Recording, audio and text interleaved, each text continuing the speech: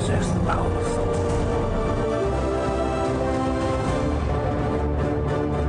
Hello, everyone. Welcome to Across the Bifrost, the Mighty Thor podcast, where on each and every episode we explore the world of Marvel's Mighty Thor. I am one of your hosts, Ryan Doze, and I am flanked by two of the fittest gents to ever review Thor comics on the internet. I'm pretty sure that is just objectively true. That's only because Jorge Jimenez hasn't started reviewing Thor comics yet. Give it a couple weeks. It starts doing, let's just say, shirtless reviews of comics. I think the rest of us can just quit and retire, because what's the point after that? If you don't know who Jorge Jimenez is, do yourself a favor and Google some shit. But today we're going to talk about Wonder Man, because Wonder Man is on everybody's mind. And usually when a new MCU project comes along, we try to find a way to connect it to Thor, and this one was a little difficult. But Call it tenuous at best. I found it. And Faz couldn't be more excited to go along on this journey with me. But Eric and Faz are here, and we're going to talk about Wonder Man versus Thor. Yes, it did happen once, briefly, and I loved it. But I want to ask the guys how they're enjoying or enjoyed Wonder Man, the show on Disney Plus. And I have not gotten to the show yet because I have other shows I'm trying to get through. But the guys, how was Wonder Man? Did it meet your expectations? Did you even really have expectations with the show? Eric, what did you think? Because I know you were very high on a few episodes in our group chat. Oh my goodness. It was such a surprise slam dunk for me. Insert other sports analogies here. Sports ball. Sports ball. It was fantastic. I think I fell in love with the writing. It seemed like I've got a lot of friends who are cinephiles who know all these things about actors and writers and how the movies are made and stuff like that. And here in Indiana, we have the Heartland Film Festival. So there's a little bit of like that indie film kind of a vibe thing. But having the writing where it's fast paced, like inside baseball. See, that's two. I got another one. Hell yeah. You get to see a slice of what I'm hoping is like real life in the entertainment industry and how things get made and how, you could be on a project, off a project. You can have things change, get pulled out from under you. And that just keeps this element of intrigue and excitement. So it was real snappy. It was real good. And I was like, when is superpowers going to start coming into this? When's that going to happen? And I think they did it in a really good way. One of the episodes, you're absolutely right, is one of my favorite episodes of any television in probably the last 5 years or so. Wow. And I'll also say that, are we going to get a Great Lakes Avengers? Probably not. But I think we have like two of the members now introduced. I do live near the Great Lakes. God. That's very exciting. Big Bertha confirmed. Well, that would be like really close to home, Eric. So if there's a Great Lakes Avengers. That's my neck of the woods. Let's go. I was gonna say. Baz, what did you think of Wonder Man? So unlike Eric, I actually had high expectations for this show for two reasons. At New York Comic Con, they did a sizzle reel, and Yaya and Sir Ben Kingsley were there, and they just sold me on how much it meant to them and how cool it was. And like Yaya was giving all these interviews about how he only has $1 to spend at Marvel, and he was only going to do it if it was going to be really good.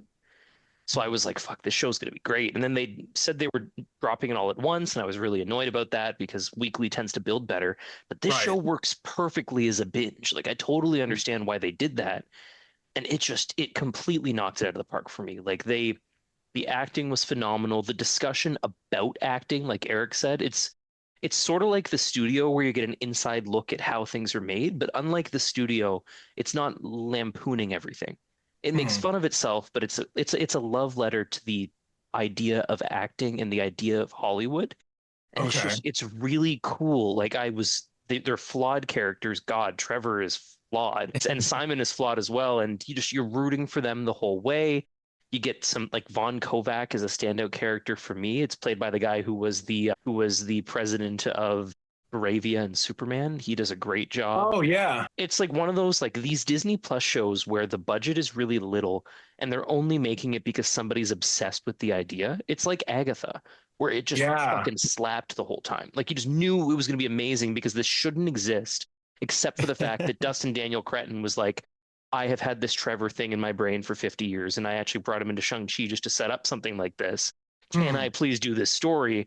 And then Yaya was like, oh, Wonder Man is the character I've always wanted to do. And it just kind of all fit together. So I'm just like so happy with that because we're going to get the lesson for Disney and Marvel that you can do these low budget things. And if you do them well, the same number of people will show up. And you Yeah. can do more low budget things like this. Like we don't need every show to cost $300 million. You can do something like this for 30 or 40. And like they're already talking about season 2, which is amazing. Yeah. And Ryan, you got to hurry up and finish Bridgerton so you can watch this. Well, thank you.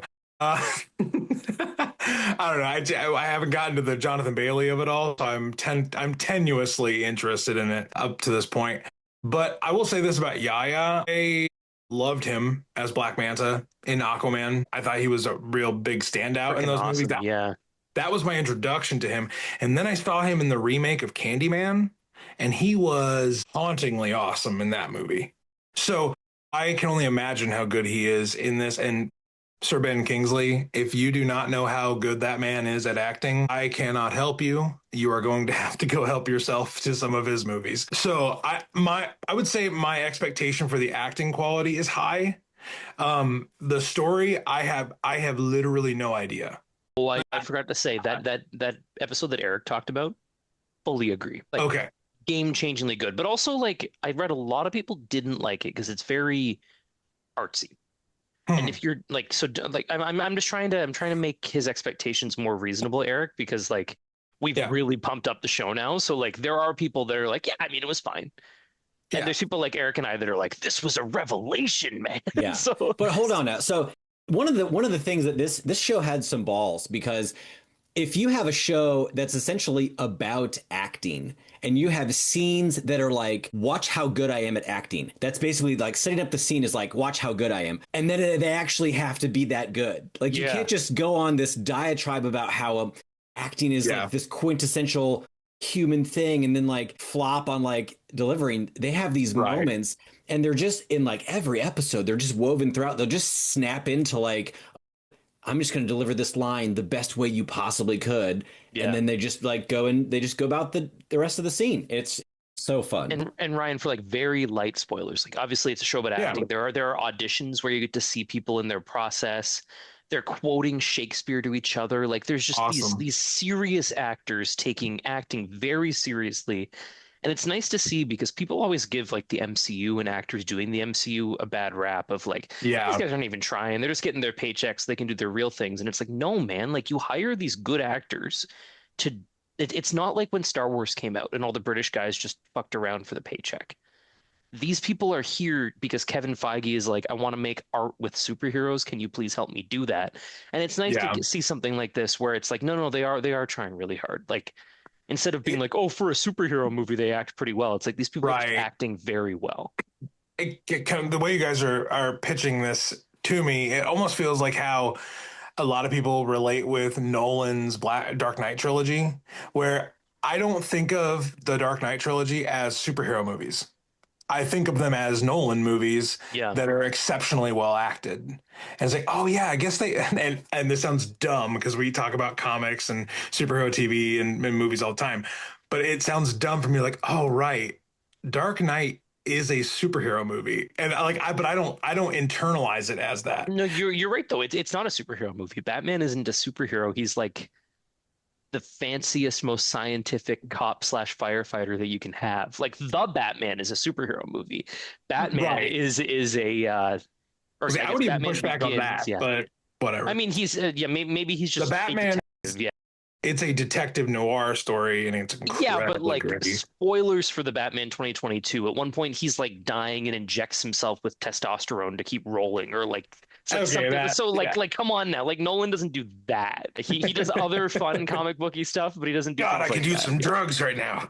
Or like he jumps off and does like a cool flying thing, but it can't look cool because that wouldn't be gritty and realistic. So he just looks fucking stupid as he jumps off the building. Yeah, they shot it the cool way, and Matt Reeves was like, nope, none of that cool shit. But then like 20 minutes later, you get the Batmobile stuff, which again is just a car. Like it could be my Dodge Charger, but like the stuff around the Batmobile is really cool. So that's good. In that movie, they shoot the Batmobile like it's a freaking like monster.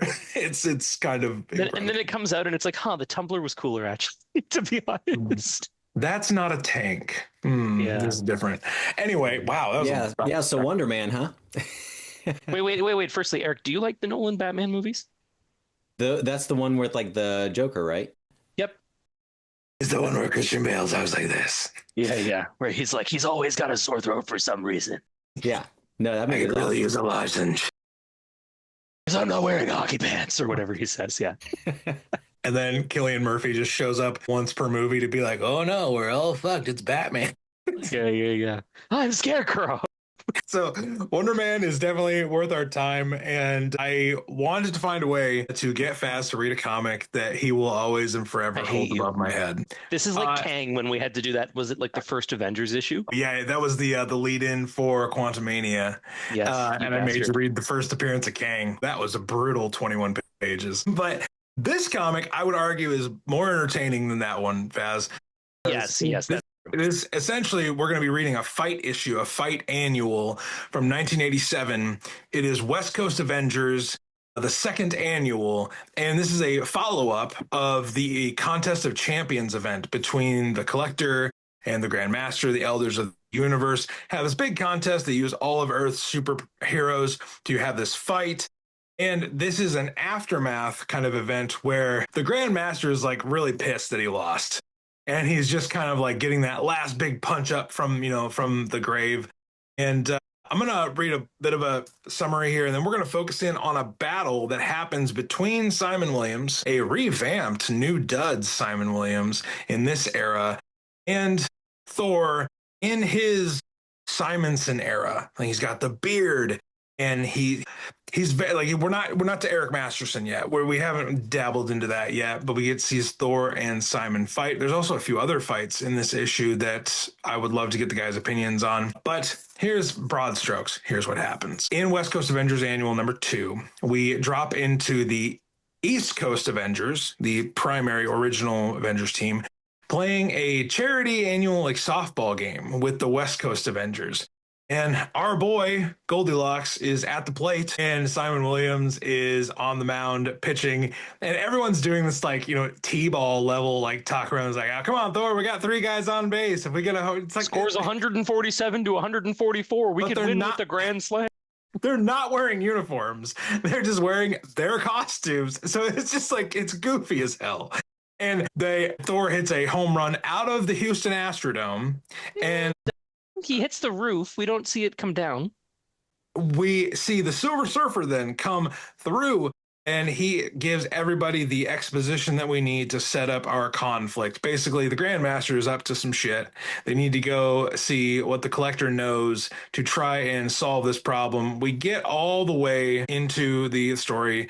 Basically, the West Coast Avengers need to fight against the struck dead Avengers team, who were just like laid out in the Astrodome, just like dead. They need to go to the realm of the dead, fight them, and through some contrivance, they can stop the Grandmaster, and death is thwarted. They have to go basically just fight. And we set up a very like boss battle, team up, smash them up, Saturday morning cartoon battle between 7 different pairings of superheroes. Now, guys, before we jump to Thor and Wonder Man, were there any other superhero battles that we saw in this comic that at least like piqued your interest, or you were like, oh, that one actually was pretty cool, and here's why? Faz, do you want to take first crack at that? I think just generally, I won't go into any specifics with them, but I enjoyed all of it to a degree. It was a fun little like this versus that. I liked She-Hulk doing stuff. I liked how they all like there's a lot of 80s lore that I'm not as caught up on. Like the way like they were calling the East Coast Avengers like Easties or something, and like the West Coast, they had nicknames for each other. I liked that it was like it was very fun. I enjoyed the baseball element. It reminded me of the Avengers versus X-Men thing that they did in the recent Avengers run by McKay. It is a fun little setup for the issue. It is jarring to see Thor written this way in the middle of the Simonson run. And now that we like when we last read DeFalco for the Journey into Mystery Road to 800 listeners, you should probably listen to Eric and I talk about that. We got another great one coming for you soon. DeFalco didn't bother me as much because I'd just read like hundreds of issues of classic Thor in a row, and Simonson was kind of the outlier, right, in comparison. But now we've read Jurgens, and then we read JMS, and then we read Gillen and Fraction. So this just annoyed me again, where it's like, he's not a big dummy, please, guys. He's a smart boy, I swear. He has brain, he has smarts. He has brain. It's big, beautiful muscle brain, you know? Big, beautiful muscle brain. But it was fun. It was a good time for a 1987 comic, and I enjoyed the art, and I enjoyed kind of the beat 'em up of it all. I like seeing the Elders of the Universe. It was a good time for sure. Was there any other battle that was like, oh, that one actually intrigues me specifically? I think I liked them all about an equal amount, other than, of course, the titular Thor and Simon. Eric, did any of the other one-on-one fights stand out to you? I mean, I'm a big Black Knight fan, and so I liked the Black Knight Moon Knight fight, and there was kind of there's a cool twist in there where you think the Moon Knight gets like run through with the blade, but he actually did not. So I thought that was an interesting pairing because both of those characters they can be street level ish, but then they also have this like mystical element to them, which makes it a really interesting matchup. I thought that was more interesting, for example, than like Hawkeye, She-Hulk. I was like, well, that's not a balanced fight at all. And Hawkeye, given that you two are the biggest Black Knight fans in the world, you guys should probably talk a little bit more in depth about that, and maybe talk about the big twist, because I did really enjoy that. That one's probably actually the standout, Ryan. I just didn't want to say that knowing how you guys feel about it. I wasn't going to preempt it and be like, I liked what Moon Knight did with Black Knight. So yeah, like I enjoyed the Moon Knight Black Knight fight just as much as the Thor Wonder Man fight. The other fights were like the Captain America Mockingbird fight was just kind of funny because like Bobby is written so weird. Yeah. And it's like, I'm just gonna go get Cap. And Hawkeye's like, don't do it, wife. And she's like, oh, whatever, you don't even know. It's like, yeah, he's kind of like he's the shit when it comes to close combat. So I don't know what you were trying to do there. Iron Man and Monica's fight was weird because I don't know this version of Monica well. So is she Captain Marvel Photon, or are those two different? So it's a different. She is Captain Marvel at this point, which is why in the second issue in the Avengers annual, that's part 2 of this. It's why Marvel says you basically can't have my title. Like she takes the title, but she has this pure energy form. Yeah, I don't really know it's a very cool ability. I just don't know enough about it. It seemed like binary, like the thing that Carol can do. So maybe that. And then there was Hawkeye and She-Hulk. That was just like Jennifer should have completely ripped him. Was that the one where she drowned? Yeah, she just. Point Jennifer is written to say, come on, you're a lady. And she's like reaching up towards the surface. It's like, what a pep talk, Jen. What a pep talk. Don't be a guy about this and drown. Yeah. Everybody knows that women don't need to breathe underwater. God. Yeah. Hank and Janet's fight was uncomfortable at points. Yeah. Because it was just like, and we all just kind of know what's hanging there. And I wanted Janet to beat the shit out of him. She gets tricked. I also don't know when the hit happened in comics. So anytime I see years before this. But just anytime I see comics that are like classically drawn like this, I go, oh fuck, this is around when that happened. Oh, not good. Oh no, spousal abuse. It's always there. But like it's there now. Yeah. I wanted Janet to just wreck Hank's shit, and it didn't happen. And I was like, damn it. Like none of the ladies get to win their fights in a decisive way. Tigra gets tricked by Dr. Druid of all people, who is like the grossest looking dude. But in the Black Knight Moon Knight fight, this is happening at a point in Dane's story where the ebony blade doesn't have the blood curse. Doctor Strange purged the blade of that curse, so he can like go all out at this point, and it doesn't affect his psyche, and he's not at risk of releasing the blood wraith if he draws too much blood with the ebony blade. Eric, did you have any other like pickups of Black Knight lore in that fight? Not really, because I was getting a little confused of when it occurs. I think this is, but maybe before he had the thing where he was slowly turning into stone or like locking up, like seizing up. Remember he did that for a while. I don't know if that was in the 90s or the 80s, but I really liked basically Moon Knight is Batman, except for he's got the power of kanji because he's got all these different kinds of weapons. He's got throwing darts and a boomerang and a bolo snare. I mean, that was fun to just see him pull all these weapons out of his belt. But it was also fun when he's like, God damn it, Khonshu, why didn't you make these magic? You were supposed to make these. How am I supposed to fight magic sword guy with fucking regular batarangs? Like, who am I, Batman? And at one point, he knocks Dane down to his back, whips out a battle axe, and goes to chop his crotch off. Like, just like, ah! I was very much expecting the Moon Knight dialogue to be like the funny meme Moon Knight dialogue that's all over the internet. It was like just half an inch away from that, like way closer than you'd care to admit. God, there was some fun moments in some of these fights and some of ridiculous moments, but Thor and Wonder Man's fight, Wonder Man is high on his own supply with this new realization of his ionic powers. He's like, I pretty much am immortal, man. He is that A-list actor, or he's like a B-list actor that thinks they're an A-list actor. He gives off that vibe the entire time where he's just like, oh, Goldilocks, you can't stand up against me. He knocks Thor down into a pile of rubble, and he's like, well, that ought to take care of it. It's like, do you know this guy? Yeah. Come on, man. Thor, I feel like Thor kind of holds back in this fight until he's like, okay, we're fucking done. He's having fun until Simon's like, I'm a god, I'm winning this. And Thor's like, buddy. He suns him. He like pats him on the head. Yeah. Just knocks him out. Faz, were there any other moments or panels that stood out to you from Thor's decisive victory? Obviously the finishing move was freaking sweet. But I want to circle back to Moon Knight and Dane. And you have to tell the listeners how the fight ends. What happens between Black Knight and Moon Knight that causes the end of their little battle? What little twist happens that Eric alluded to and has got the listeners all wondering? What is this shirtless man going to tell us? So let me pull the issue back up.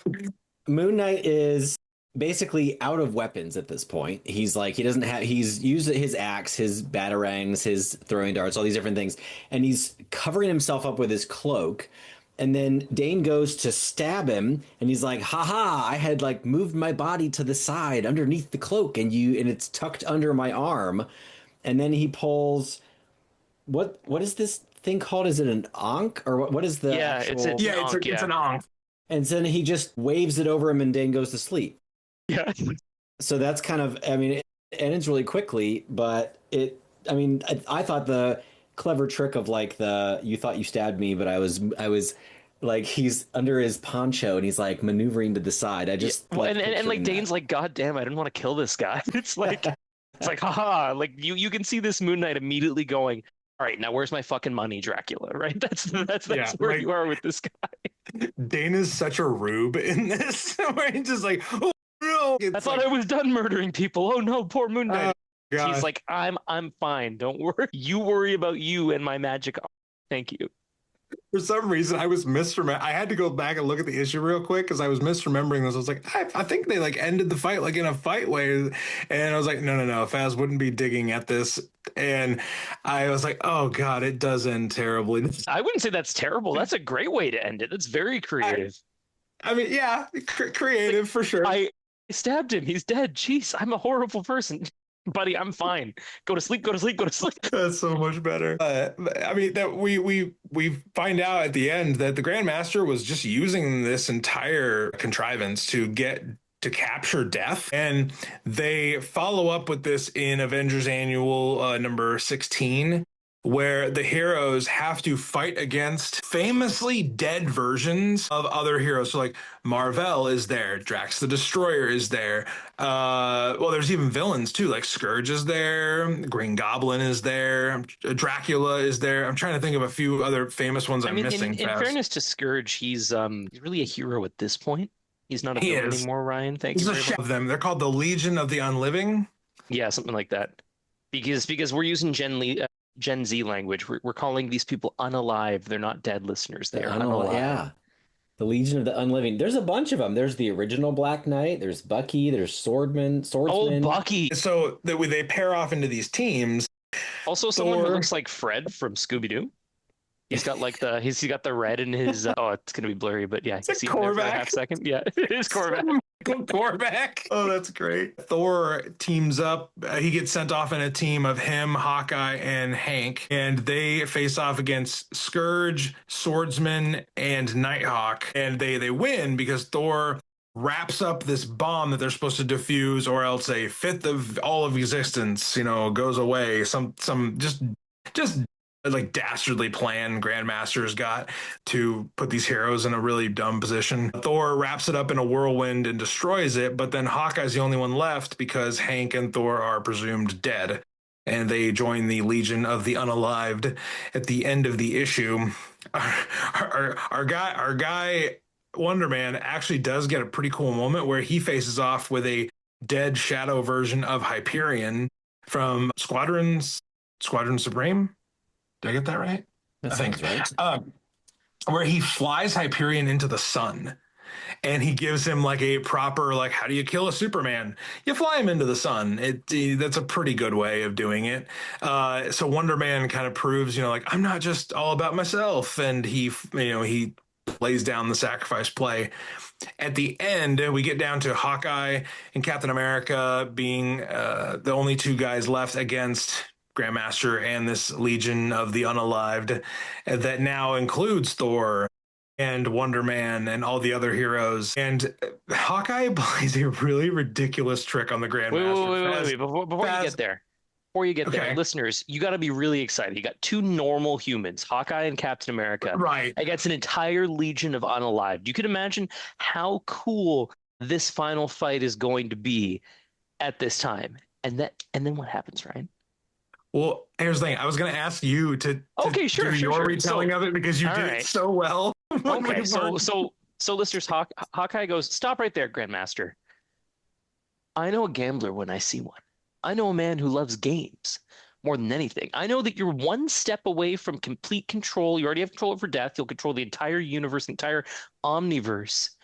But like, what about a wager? And Captain America's like, gambling is wrong, but also we have a 0% chance of winning the other way. This is at least a 50-50 shot. That's a good time for me, I think.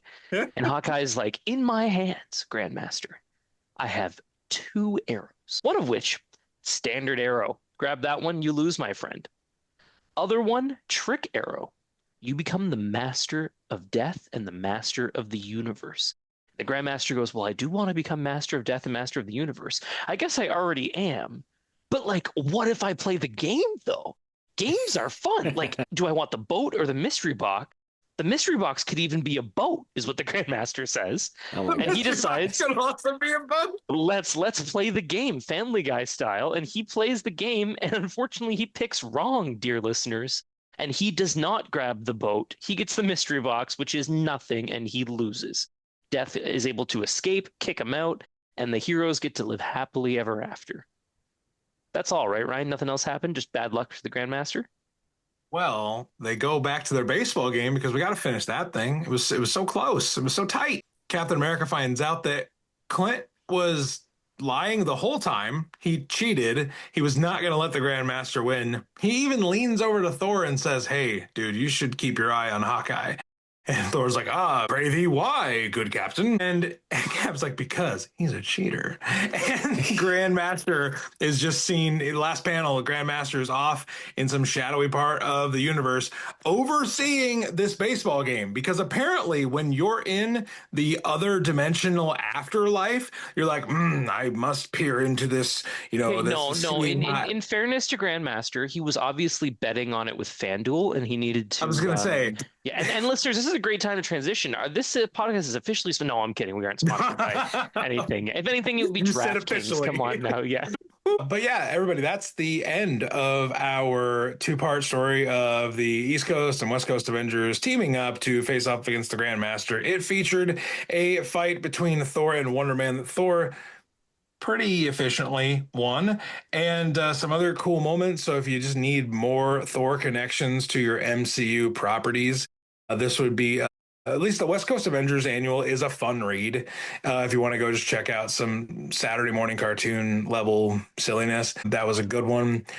Eric, do you have any other final thoughts about Wonder Man, the show, or the comics we read? Faz, I'll throw it to you, and we'll hop over the Rainbow Bridge. I mean, these annuals, they are a good time. They know not to take themselves too seriously. It's all just an elaborate setup to have heroes and villains fight, the way that they want to pair them up.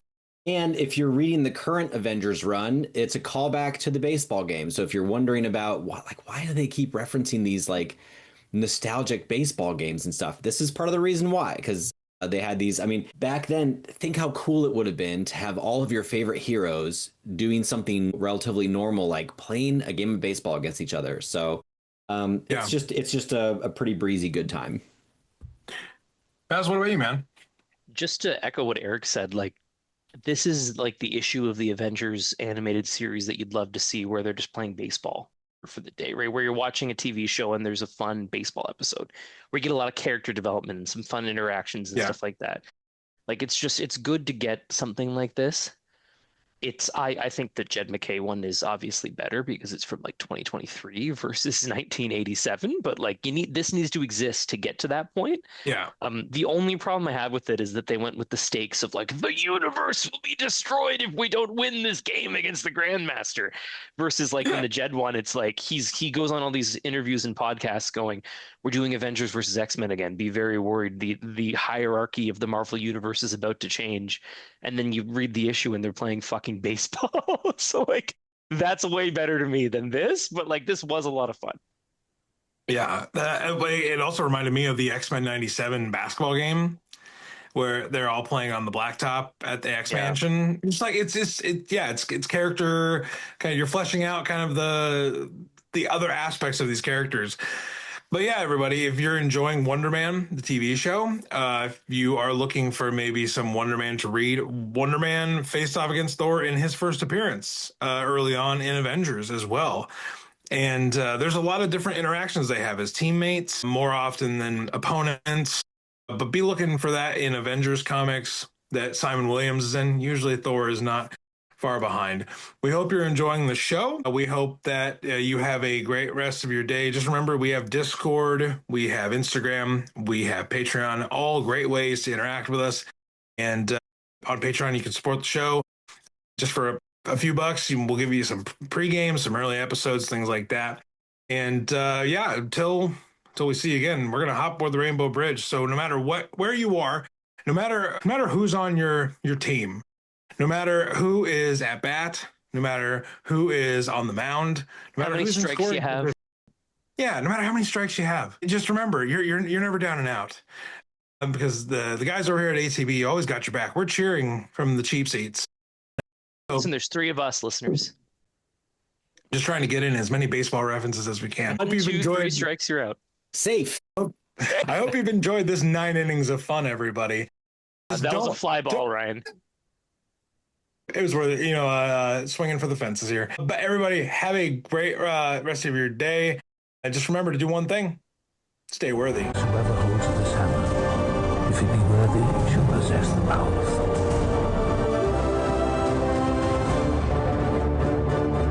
Dun da da da da dun dun dun da da da da. Nice. Da da da da da da. Good job.